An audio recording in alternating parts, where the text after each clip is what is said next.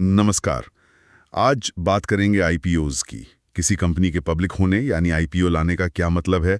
आज हम इसी विषय पर विस्तार से चर्चा करेंगे। हमारे पास कुछ स्रोत भी हैं। न्यूयॉर्क यूनिवर्सिटी का एक अकादमिक अध्ययन है, कुछ लेख हैं जो फायदे नुकसान बताते हैं, और हाँ, भारतीय बाजार का संदर्भ भी देखेंगे। बिल्कुल। हमारा लक्ष्य है आईपीओ की दुनिया को समझना, मतलब कंपनियां ये कदम क्यों उठाती हैं, इसमें क्या चुनौतियां हैं और सबसे जरूरी निवेशकों के लिए इसके क्या मायने हैं। चलिए इसको परत दर परत खोलते हैं। हाँ बिल्कुल। तो सबसे पहले ये आईपीओ होता क्या है, एकदम सीधी भाषा में। देखिए, आईपीओ यानी इनिशियल पब्लिक ऑफरिंग, ये वो प्रक्रिया है जब कोई प्राइवेट कंपनी पहली बार अपने शेयर्स आम लोगों को, मतलब पब्लिक को बेचकर पैसा जुटाती है। अच्छा, और फिर वो स्टॉक एक्सचेंज पर लिस्ट हो जाती है। हाँ बिल्कुल, पैसा जुटाना और फिर लिस्ट हो जाना, यही आईपीओ। ठीक है, तो कंपनियां ऐसा करती क्यों हैं, मतलब क्या कारण है। देखिए, इसके कई कारण हैं। सबसे बड़ा तो है पूंजी जुटाना। पैसा चाहिए होता है। पैसा किस लिए? जैसे कारोबार बढ़ाना हो, या कोई नई रिसर्च करनी हो, या फिर शायद पुराना कर्ज चुकाना हो। कभी कभी दूसरी कंपनियों को खरीदने के लिए भी, जिसे एमएनए कहते हैं ना। हाँ, एमएनए, समझा। तो ये सिर्फ पैसे की बात नहीं है, एक तरह से कंपनी के लिए एक बड़ा कदम ही है। बिल्कुल।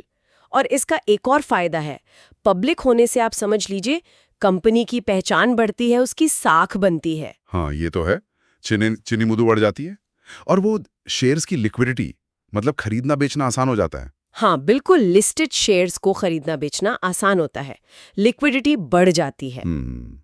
लेकिन सब अच्छा ही अच्छा तो नहीं होगा, कुछ नुकसान भी तो होंगे। हाँ बिल्कुल है।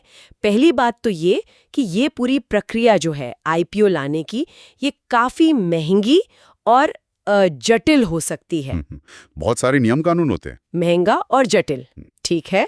और एक बहुत अहम बात, कंपनी का कंट्रोल।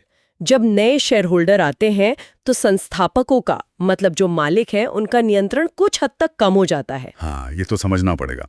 और वो पारदर्शिता वाली बात कि सब कुछ बताना पड़ता है। बिल्कुल, आपको अपनी सारी फाइनेंशियल जानकारी, अपनी सारी कमाई, खर्चे, सब कुछ पब्लिक करना पड़ता है। अब ये जानकारी आपके कॉम्पिटिटर्स को भी मिल जाती है। ओह अच्छा, ये तो एक रिस्क है। और सुना है कि तिमाही नतीजों का दबाव बहुत बढ़ जाता है। हाँ वो भी है। लिस्ट होने के बाद हर 3 महीने में अच्छे नतीजे दिखाने का प्रेशर रहता है। और एक और जोखिम है, मान लीजिए बाजार की हालत ठीक नहीं है तो हो सकता है आईपीओ सफल ही ना हो, पैसा ही ना जुटे। तो ये फायदे और नुकसान दोनों हैं। अच्छा, इसमें एक शब्द सुनने में आता है, अंडर प्राइसिंग। ये क्या चीज है? हाँ, ये बहुत ही दिलचस्प पहलू है आईपीओज का, अंडर प्राइसिंग। डैनियला गेलमैन ने एनवाईयू स्टर्न के लिए एक शोध किया था, उसमें इसका जिक्र है।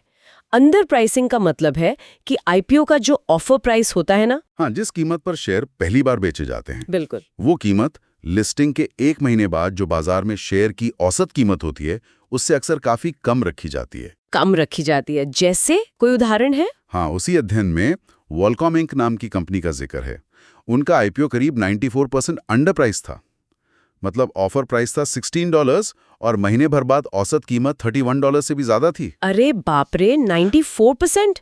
तो ये तो निवेशकों के लिए बहुत फायदेमंद हुआ होगा, लेकिन कंपनी को तो कम पैसा मिला ना। सही पकड़ा। निवेशकों के लिए तो लिस्टिंग पर बड़ा फायदा हो सकता है, लेकिन कंपनी के नजरिए से देखें तो उन्होंने कम कीमत पर शेयर बेच दिए। गेलमैन का शोध और दूसरे पुराने अध्ययनों का हवाला देते हुए ये कहता है कि ये अंडर प्राइसिंग कई बार जानबूझकर भी की जाती है। जानबूझकर? क्यों भला? शायद मैनेजर्स के अपने कुछ हित जुड़े हों, या फिर वो चाहते हों कि शेयर के लिए शुरू में ही बाजार में खूब चर्चा हो, एक मोमेंटम बने। या फिर जो इन्वेस्टमेंट बैंक आईपीओ मैनेज कर रहे हैं वो अपना जोखिम कम रखना चाहते हो। कई कारण हो सकते हैं। ये तो दिलचस्प है। तो फिर ये ऑफर प्राइस तय कैसे होता है, मतलब वैल्यूएशन कैसे करते हैं कंपनी का? इसके भी कई तरीके हैं। गेलमैन के अध्ययन में 2 मुख्य तरीकों का जिक्र है। एक है मार्केट कंपैरेबल्स। मार्केट कंपैरेबल्स मतलब उसी इंडस्ट्री की दूसरी लिस्टेड कंपनियों को देखकर अंदाजा लगाना, जैसे उनका प्राइस अर्निंग्स रेशियो क्या है, या ईवी रेवेन्यू मल्टीपल क्या है। अच्छा, पीई रेशियो यानी कमाई के मुकाबले कीमत। हाँ, या फिर एंटरप्राइज वैल्यू रेवेन्यू मल्टीपल, जो कंपनी की कुल कीमत की तुलना उसकी कुल बिक्री से करता है। ठीक है। और दूसरा तरीका? दूसरा तरीका है डिस्काउंटेड कैश फ्लो। यानी DCF। इसमें कंपनी भविष्य में कितना कैश कमाएगी उसका अंदाजा लगाकर आज उसकी कीमत तय करने की कोशिश करते हैं। तो उस अध्ययन में क्या निकला? कौन सा तरीका ज्यादा सही कीमत बताता है? नतीजे थोड़े मिले जुले थे, कभी PE बेहतर निकला तो कभी EV रेवेन्यू।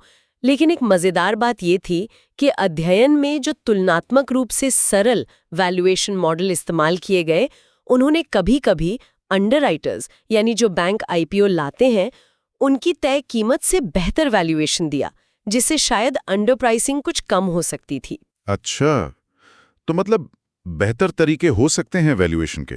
शायद अध्ययन तो इसी तरफ इशारा करता है। चलिए, अब थोड़ा भारत की बात करते हैं। यहाँ IPO में कौन-कौन निवेश कर सकता है? हाँ, भारत में सेबी के नियम हैं इसके लिए। मोटे तौर पर 4 तरह के निवेशक होते हैं। एक तो रिटेल निवेशक, मतलब आम निवेशक जो 2 लाख रुपए तक लगा सकते हैं। हम और आप जैसे लोग? हाँ, फिर आते हैं क्वालिफाइड इंस्टीट्यूशनल इन्वेस्टर्स, QIIs। इनमें म्यूचुअल फंड, बैंक, बीमा कंपनियां वगैरह होती हैं। बड़े खिलाड़ी? बिल्कुल। फिर होते हैं एंकर इन्वेस्टर्स।